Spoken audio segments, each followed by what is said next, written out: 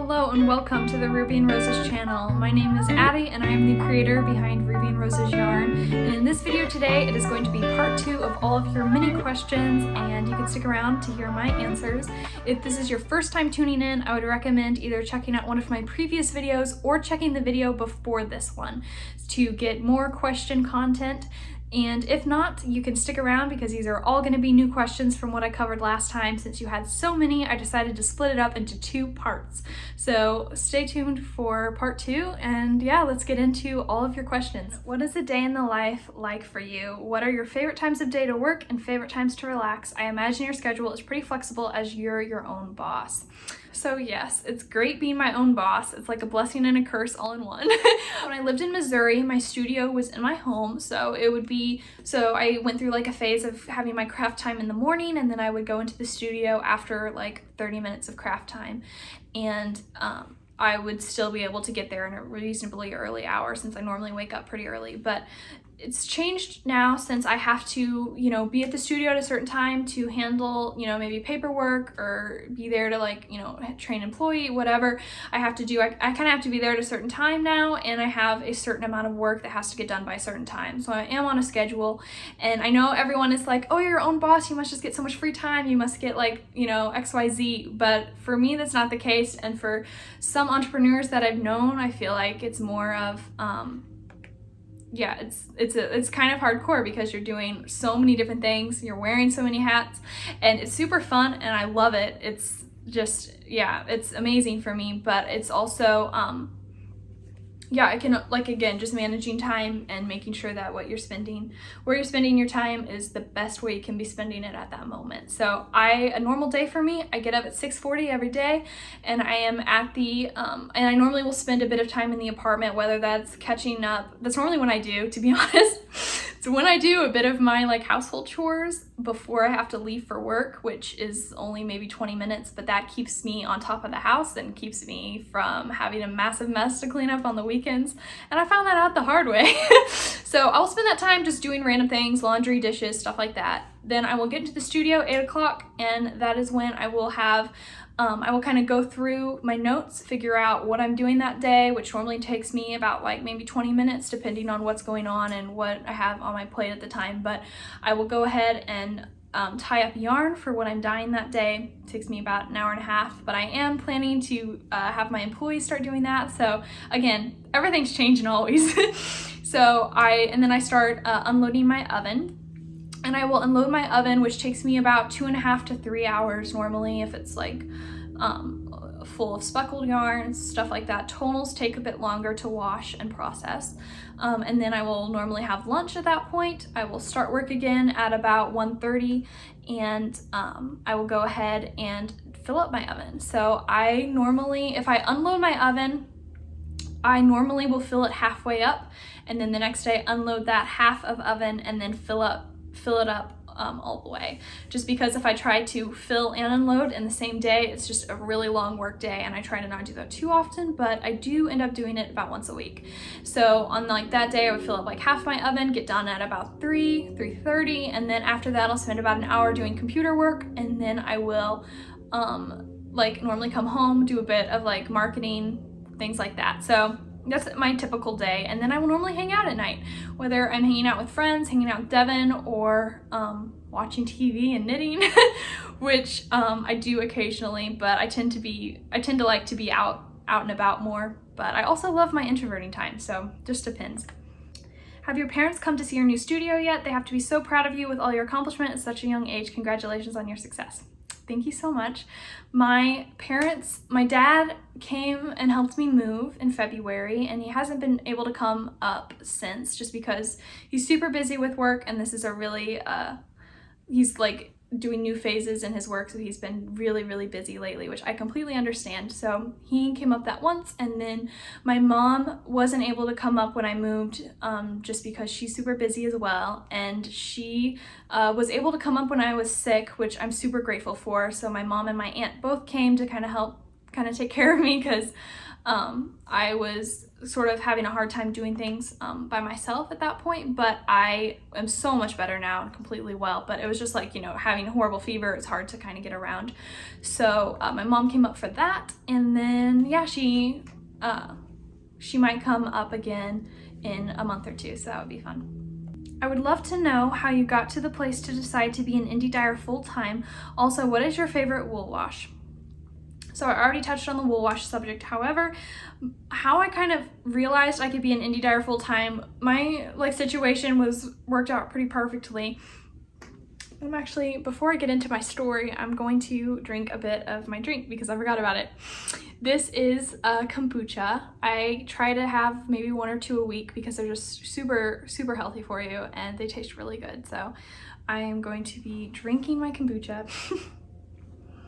So I actually made the choice to become a full-time indie dyer once I knew that I could support myself on it. So it was actually a really long process because I started dyeing yarn at 16, and as you know, I started the podcast, started Instagram, all of that stuff. It all just started at happening really quickly, and by my 17 and a half, I realized that I could be doing this full time, just looking at the numbers and figuring out that I could support myself full time doing this.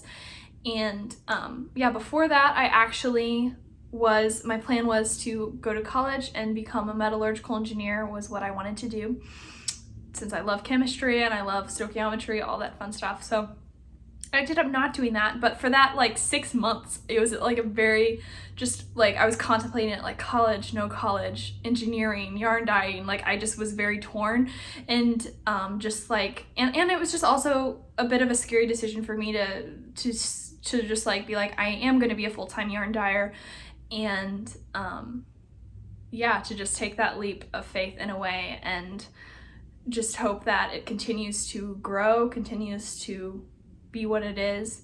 And I'm really, really glad that I decided to be an indie dyer, and I haven't looked back since. Where do you see your yarn business in the next 20 years? Also, I love seeing everything in bloom and crocheting outside on my days off from work. That sounds lovely. 20 years seems like a lifetime, which I guess it is a fifth of a lifetime. But in 20 years, I would love to see it see my business growing quite a lot. I normally plan about a year in advance.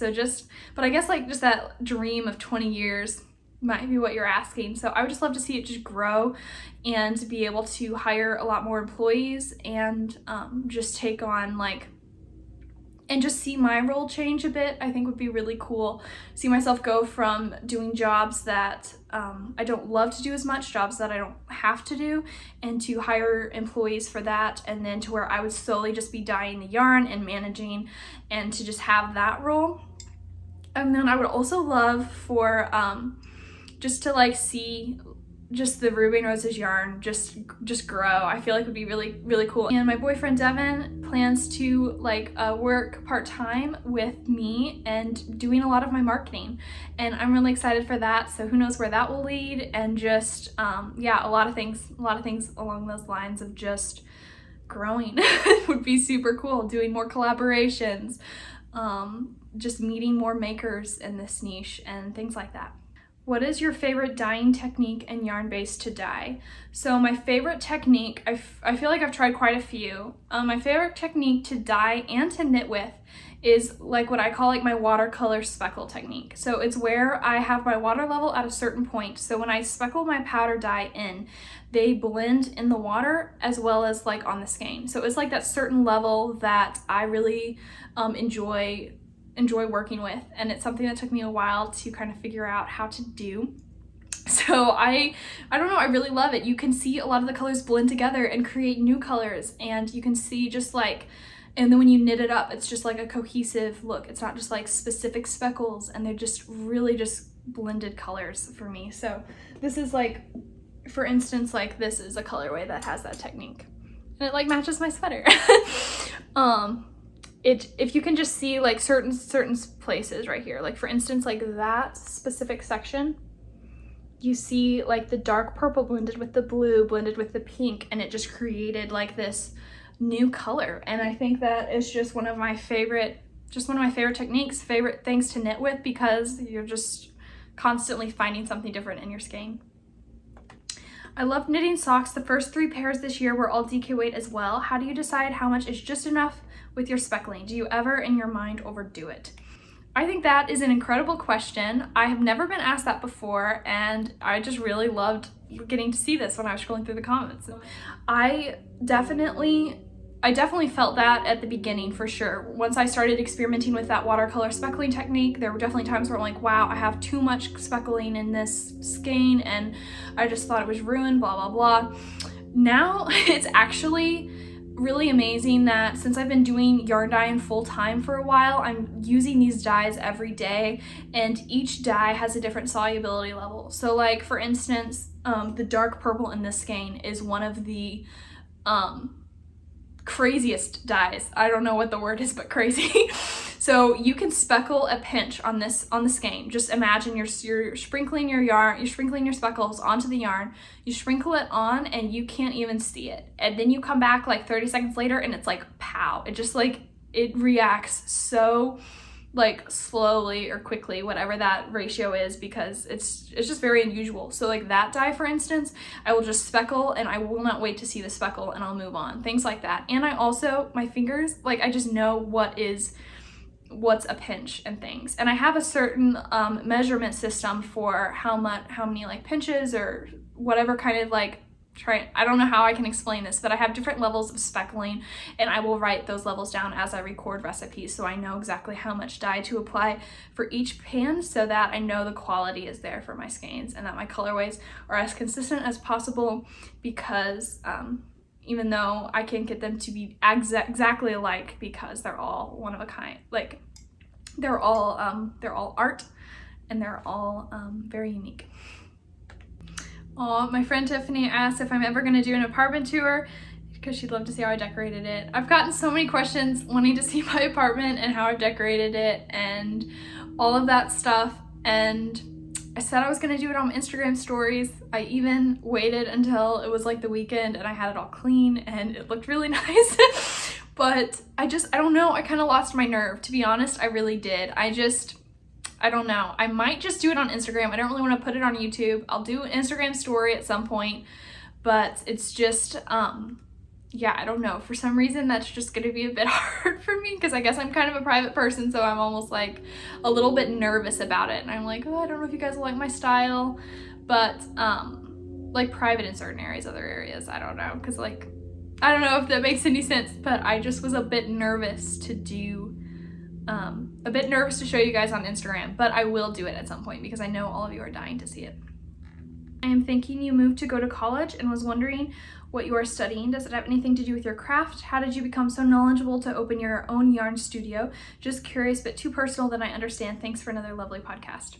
Thank you so much. That was definitely not too personal, so who knows where my personal barometer is. But I did not move here to go to college. I have been doing this, like doing yarn full time, and I can't really I don't have that time to take a college class. Yeah, I always ask people what their majors are, so that's kind of, I don't know, maybe just something I do because I just find it interesting. Yeah, if I did do a class, if I had like 5 of me to do everything I wanted to do, then, and I had a lot of free time, I would do like a chemistry class. That would be the one I would choose, and it would have nothing to do with my career choice, but it would be super, super fun. So this is a long comment, so I didn't read all of it, but I admire you greatly for being so industrious. How did you happen to choose to go to Indiana College? So I chose to come to Indiana for quite a few reasons. Another question that will come up is, why did I choose to move 6 hours away from home? And so all of that kind of combined, I like grew up in Missouri. I lived there my whole life, and I I don't really love Missouri. I just don't. If you live in Missouri and you love it, that's amazing. My parents are just, obsessed with Missouri. My dad even has an Ozarkian license plate. He loves Missouri so much. So I personally, it's just not for me. And I knew I would never live in Missouri kind of longer than I needed to. So at 18, I decided I just really wanted to move somewhere. I wanted to move to like a city. I didn't really know where. I just wanted to just move. And so my boyfriend was going to school at Purdue in Indiana, and while we were doing long distance, I would come up and visit him and just see just the life here in Lafayette, and I just really loved it. So I decided to move up here, and there was nothing really holding me down there besides, it was really hard leaving my family, and I'm gonna go and see them in a few weeks, and then I just try to stay in touch through phone calls and things. But I talk to my mom pretty much every day. I'm always calling her, or at least every other day, and then call my grandparents and catch up with them. But I just decided to move to Indiana, and I plan to stay here a few more years and then move probably to Wisconsin, because that I just want to move up north. And I'm just gradually getting there. I'm moving slowly by slowly, but when I move to Wisconsin, I probably will stay there for at least a decade. So I definitely want to, with my business, I don't want to keep moving around. I don't want to do that to all of you and just to my brand in general, because it's just such a hard thing to just seeing how hard the move was just at this stage of my life. I feel like just moving around a lot isn't really in the cards for me, which I'm totally okay with. I am really excited to just live somewhere for a really long time, especially if it's somewhere I love. As a successful business owner, what advice would you give a young person hoping to start their own business? First of all, thank you so much for saying that. You guys are just so sweet. Reading these comments is just, really sweet. So I've actually, okay, then the next question after this is, what is the most memorable thing about being an Indie Dyer? So both of those correspond to me, so I put them together. The most memorable thing and the most incredible thing about being an Indie Dyer is that, I'm gonna put my drink back. I would say being an indie, there's a few things that are extremely memorable. I'm gonna kind of answer that side first. Just watching your work pay off and unfold and just expand is just really cool to me. And then another thing is I just love inspiring. I know there's a lot of young girls that are around my age or younger that want to become a business owner in some way, or are just really inspired by the fiber arts and want to make that part of their life in a job way at some point, and just things like that. And y'all will reach out to me, and just hearing your stories, those mean a ton. Just to think that I'm inspiring the next generation of girls to kind of either do what I do or just enter the business world is just such a meaningful part of my job. And I just hearing a few of you have reached out that are the age from 13 to 17, and just say that are around my age or younger than me, that just feel inspired by me and what I do, and it's just encouraging them to go for their dreams and to try really hard and what they're good at and what they want to do in life. And for me, that is as memorable as it gets, and just really that in turn just inspires me, and it's just really humbling to know that I'm able to help you with your goals, and to just that is so incredible to me. And that's a huge reason of why I do this. And just knowing that I've had people that inspire me when I was that age, and people that still inspire me, and then to know that I'm on the other end of that is just such an incredible experience that I would definitely hold close to my heart. Could you make a simple knitted pattern for a blanket using all the Advent minis and squares, sort of like the crocheted one you are doing, and an easy way of putting them together? So I would say the best idea for this kind of a project would be the Cozy Memories blanket. It's a bit time consuming, and it's a bit, if you want to have a blanket pattern that you are going to be in for the long haul with, then I would say Cozy Memories for sure. I did knit the Cozy Memories blanket, and I ended up turning it into a shawl because it was so time consuming, but I really loved the pattern, and it's a great project if you want to just have, a little bit of knitting time each day and do a square day. I know some people do that. Yeah, there's just a lot of different things. Or I know Chelsea from Lexi Fiber Arts is knitting a blanket right now from scraps. I'm not 100% sure what the pattern is because I think I've just seen it in her stories on Instagram, but there's just so many scrappy blankets out there that are knitted, and you could even just knit like swatches and then just have like a swatch of each color and then seam them up with like mattress stitch or something. I think that would be a really cool look. So a lot of ideas there. So next question, beautiful purple color for border on your blanket. What colorway is that? It's a new colorway that is to be named, and I realized that I said in last episode that I linked it down below, and that was, I feel like, one of the few instances where I completely forgot about it. So I am so sorry about that.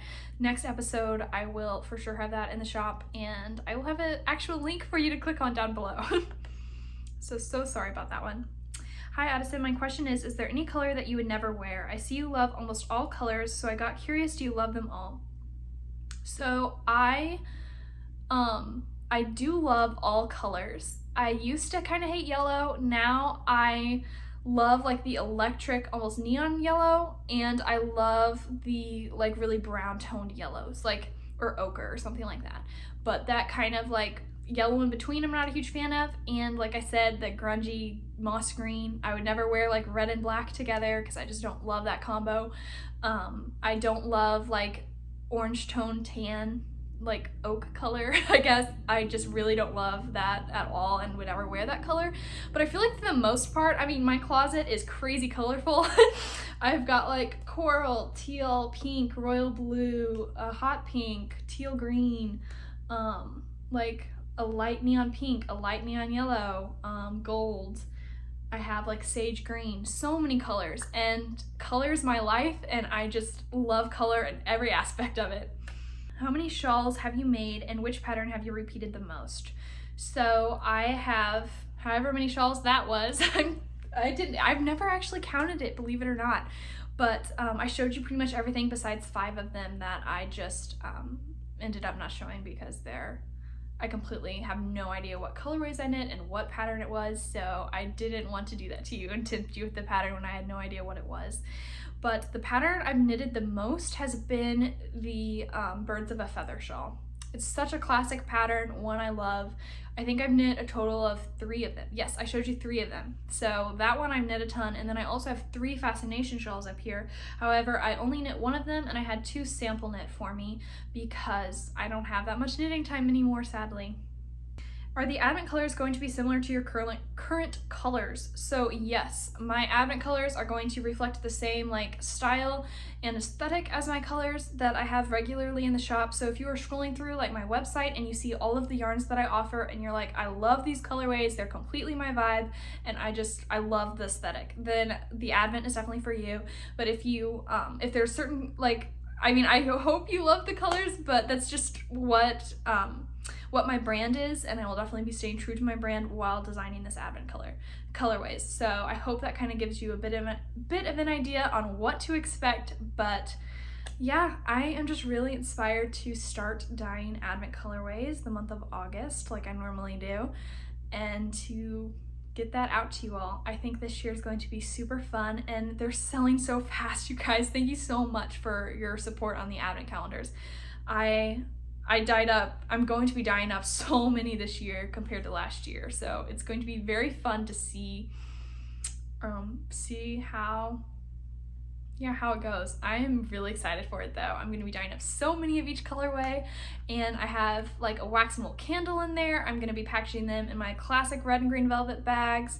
I have a pattern I'm designing for it, which I'm going to be casting on in a few days. I have 2 more colors that I have to dye up for it. And then I'm going to be showing you guys the yarn before I knit with it, because then sadly I can't show you until Christmas Day. But yeah, I'm really excited to start designing this pattern.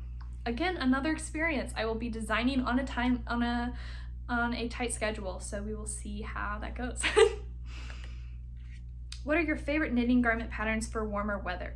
Want to start making my summer knitting list soon.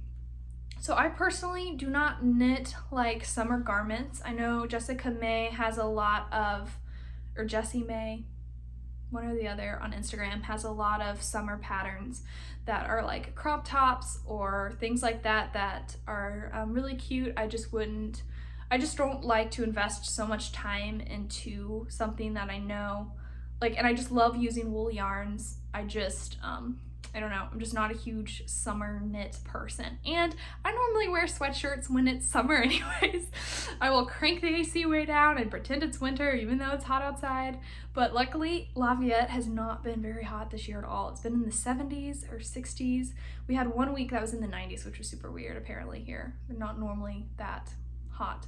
And I also plan to move up north at some point, like I said, so I feel like that is going to not be the best environment for a huge wardrobe of summer knits.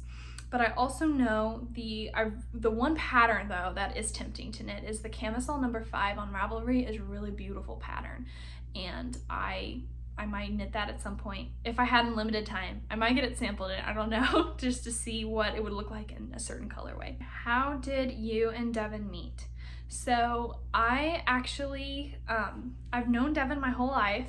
His dad and my dad were best friends in college, and they would come and visit us every New Year's Eve. So every New Year's Eve I pretty much spent with Devin, which is kind of crazy. So we have like memories of each other when we were little, and that's really sweet. But we didn't actually hang out until he came to work for my dad for an internship in marketing to work for my dad's company. So that was when my dad like will always have employees out to the house. So that was kind of how I like started hanging out with him, I guess. And then he also, after we started hanging out a bit, I found out that he is, you know, great at marketing, obviously, and then he had experience designing websites. So I'm like, well, would you be interested if I hired you to design my website? And so that was like the first like kind of hangout time we had. He designed my website, and then we ended up hanging out after that, and we're friends for a while before we started dating. So it's kind of a funny story that we knew each other like from the get-go. My question is, what is the best way to learn crochet for someone who doesn't have people that crochet around them? So coming from someone who grew up with, like, knew no one that crocheted, no one that knit, no one that was in the fiber arts whatsoever, I learned pretty much everything I know from YouTube, from the internet, from just reading everything I could get my hands on, watching any videos. And then the few times I did find myself around knitters or crocheters, I would just ask them a lot of questions that I had. So, but I would say that was just a very small portion of how I learned. A lot of what I learned is just primarily through the internet. It's such a great resource of information, and YouTube is great because it has the visual teaching element, as well as you can hear what they're saying and walk through patterns that way. And another great thing is I went to my local yarn store when I was growing up. Like when I was trying to read knitting patterns, for instance, that's really hard to do online because they don't show every little thing you need to know about how to read a knitting pattern. So I would say go to your local yarn store and ask them if they can help you understand a certain thing that you're hung up on. But YouTube and the internet is great resources for learning. I noticed that you have tonal colors but not traditional solid colors. I am curious if there is a reason for that. I love the tonal colors. The reason I do not call them solid colors is because they have some variation in the skein, since they're all hand dyed, since it's not machine created, it's not 100% consistent. And I feel like that's the beauty of hand dyed yarn. That's why you pay that extra little bit of money to get hand dyed yarn, is for that slight variation when you knit it up and when it's in the skein. So that's why I call it tonal. So it's basically solid in that color. There's no speckling whatsoever in that skein. However, there is going to be slight variations, and depending on like the density saturation level of the color, there might be more saturation, like more variation than some. So if that kind of helps. But all my tonals would look great in like cabled sweaters, just the same as solid. They would look great in lace and all of that intricate stitch patterns that speckled colorways wouldn't 100% work with all the time.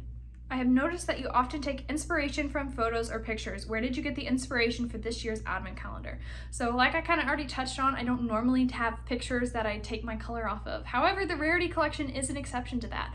I did have photos that I pulled colors from, and just to prove my earlier point, everything is constantly changing, and I draw inspiration from so many different areas that there's just a lot of different ways that I pull my inspiration from. So when I did that, I definitely, will blow up the picture, take the different colors from it, and then other collections I will use my color books and have, palettes that are already picked out, and then I'll curate my own from those palettes and pick it based kind of on the colors. So yeah, that's a kind of a little tidbit. But my advent calendar is going to be based on, I would say, like almost 50-50. I'm going to have some photos that are very cozy feels, that like have cozy feels, but I want to pick them that have really good color theory and really good colors, and then that really suit my brand and what I want for this advent. And then the rest of it is going to be from my color books, my tried and true color books that I love to flip through and pick out new color combos. And when I was in Wisconsin and Milwaukee, like just last week, which a vlog will be coming for that whole trip, so I'm excited for that. I'm planning to edit it later tonight, but yeah, I had so much fun there, just to say that. But anyways, back to the story. I found in the library, I found a color book that is just unlike any other color book. It is so perfect. So I'm gonna be buying that soon because I cannot wait to flip through it for Advent, because the colors this lady puts together are just blew my mind. It was funny, just a side story. I was in the library with Devin, and I'm like, look at this book, look at this color, look how they break it down, and look how they have like this color wheel image here and this color wheel image, and it's just so like intricate and well thought out. I just had my mind blown right there, and they just had page after page, and they would break down different colors and say why they put this together. And anyways, it was an incredible book.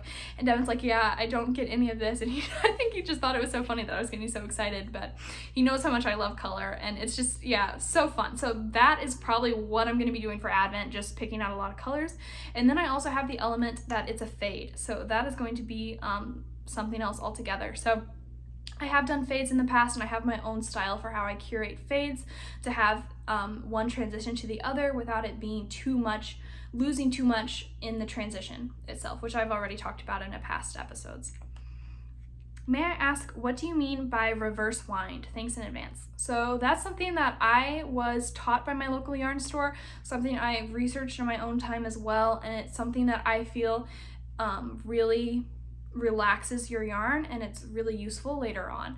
So I actually have planned to do a winding video, to do a video on how I wind yarn and a little bit more about why I wind it that way. It's more of just going to be a video on like showing how I wind yarn in general, as opposed to giving you like the reasons why I do it. It's going to be a video that's more for my loyal followers that have heard me talk about it for so long, as opposed to newbies that are just stumbling upon that video.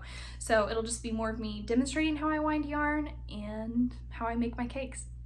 My question is, I saw you talking about something like your aptitude for color is genetic. Does artistic sensibility run in your family? So yes, it does. My mom is an interior designer and is just really good with color. And why I didn't see her paint as a kid.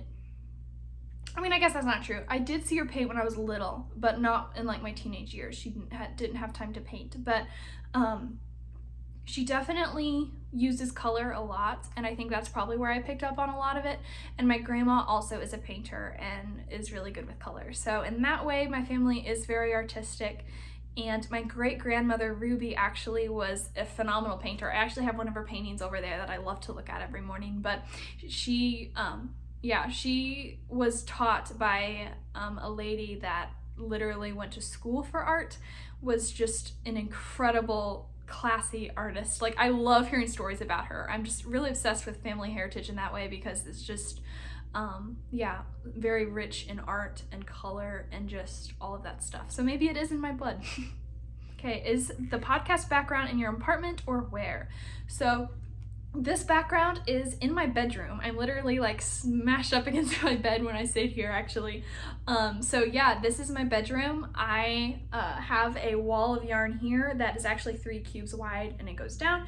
And then I have a smaller section that is 3 by 2 cubes that is solely my yarn, things that I've collected from past collections, pretty much since I've been dyeing yarn. And then I have my collection, like I collect little kind of like trinket things, I guess. I really love my collection. Each one of them has a story behind it. Like, I have this little jar. Let me go get it. I'm gonna just go on this tangent. So for instance, I have this this cute little dish that I have actually some progress keepers in, but this I bought with my mom when she took me on a trip for I think it was my 13th or 14th birthday, and it was in this shop that was almost like an art shop slash antique store. and I saw this like from across the room. I was like, oh, it's so pretty. And the shop lady and like the shop owner came out and said that this used to belong to a lady in the 1950s that was a chemist. And at the time I was really obsessed with chemistry, so I was like, that is so cool that she was a chemist as well. And in the 50s, when it was really hard for women at that time to go into chemistry, and I just was really fascinated by that. And she actually helped create the recipe for the Mars candy bar, actually. So anyways, it's just really cool. She even hand wrote a note to put in this describing the attributes of the dish as well as the color and who gave it to her, which I think is just super cute how she was very A-type personality. Everything just had a little note for these dishes. But anyways, that's just a little story of something I have on that section. So just a lot of different things, a lot of crazy stories, and they're just really cute things that bring me joy. Next question, what is your normal coffee order? Do you ever bring your knitting to a coffee shop? So I have brought my knitting to a coffee shop in the past, and I really enjoy bringing my knitting to a coffee shop. However, normally when I'm there, I bring my computer and catch up on some computer work. My favorite is to do it when I'm prepping for a big collection launch, when I have so many listings started on the website. It's just really fun to grab a cup of coffee and tackle that work in the atmosphere of a coffee shop. My normal coffee order is a caramel macchiato. However, every once in a while I'll do like a maybe like frappuccino, latte, something like that is always a good thing to get, but it's normally a caramel macchiato. Next question is, what do you usually listen to as you dye or wash yarn? So I have quite a bit of time where I am able to listen to a podcast or something along those lines, and just like when I'm doing something that doesn't require a lot of brain power or a lot of concentration, and I'm super blessed in that area for sure. I have a podcast that I always go to. It's just my absolute favorite. I look forward to turning it on every day, and it's called the Bama Discipleship Podcast with Marty Solomon, and I will have it like down here if you want to check it out. But I really love this podcast because it dives into the Hebrew and cultural context of the Bible, and it has just really grown my faith and grown my knowledge of the Bible in so many ways, and just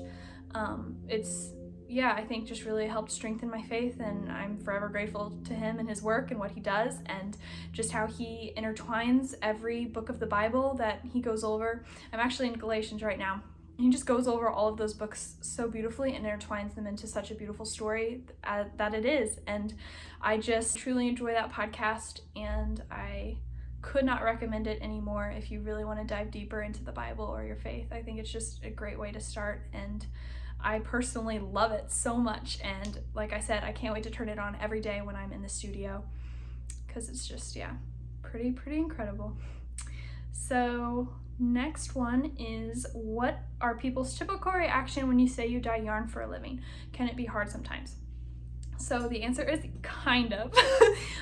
It is very funny to see people's reactions when you say you dye yarn for a living. Most people are like, wait, what? And I definitely have some funny stories about that for sure. But but for the most part, once people really understand my business or like want to learn more about it, they're just extremely supportive. But it can be funny for some people, because they just either don't take it seriously or just think it's some sort of hobby thing and don't realize like, no, it's a full-time job. But yeah, it's just most of the time people are just extremely supportive, and if anything, it's just kind of like, I don't really care if people think it's a joke or not, but for the most part, like I said, people are really supportive and think it's really cool, and I'm blessed in that area.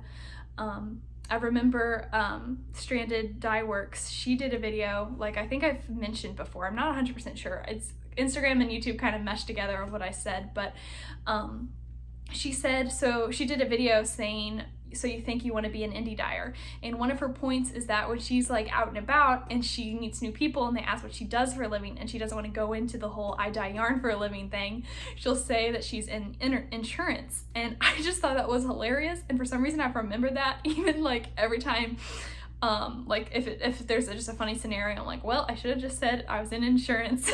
But I'm not going to do that, because I'm not going to like lie about what I do, because I'm really proud of it.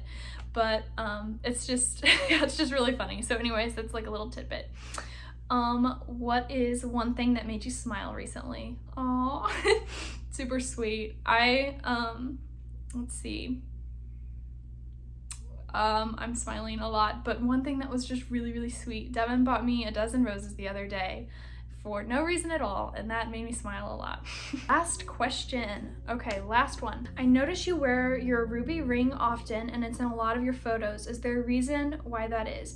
I think it's so beautiful, and I've come to associate it with your brand whenever I see it pop up on my Instagram feed or see it in your YouTube videos. So that's so sweet that you guys are like sort of associating that with my brand. I actually I got my ring on my 16th birthday. It is a ruby ring and has 2 diamonds on the side, and it's really special for me because my great-grandmother was named Ruby, and I just have grown up with her stories and just hearing all about that, and she's definitely someone that inspires me even though I've never met her. And I wanted to get this ring just to kind of like, I just really loved just that whole thing. And there's 2 diamonds on the side because my great-grandmother Ruby and my great-great-grandmother Sola, they both got a ring when they turned 16. They both got a diamond ring, and I just thought that's a cool way to keep the tradition alive if I did the same thing. And yeah, I just wear it. I got it on my 16th birthday and I've worn it every day since, so it's just a part of another part of just reminding me how much I love family heritage, and reminds me of my roots sometimes, and it's just a really cool thing. So I definitely am obsessed with roses and obsessed with rubies, hence my name. So yeah, that is it for this episode. If you enjoyed this video and want to hear more, specifically next time is going to be a lot more yarn content and a lot more making talk. So if that interests you and you want to stick around, please like and subscribe down below. And thanks so much for joining in on this episode, and thank you most of all for asking such intentional questions and for wanting to know a bit more about me. I really appreciate all of your support, and I had a blast answering all of them. And yeah, I hope you enjoyed this. Thanks again for watching, and I hope you have an incredible day filled with lots of knitting or making time. I will talk to you all in a few weeks when I upload my next video. I will see you then. Bye.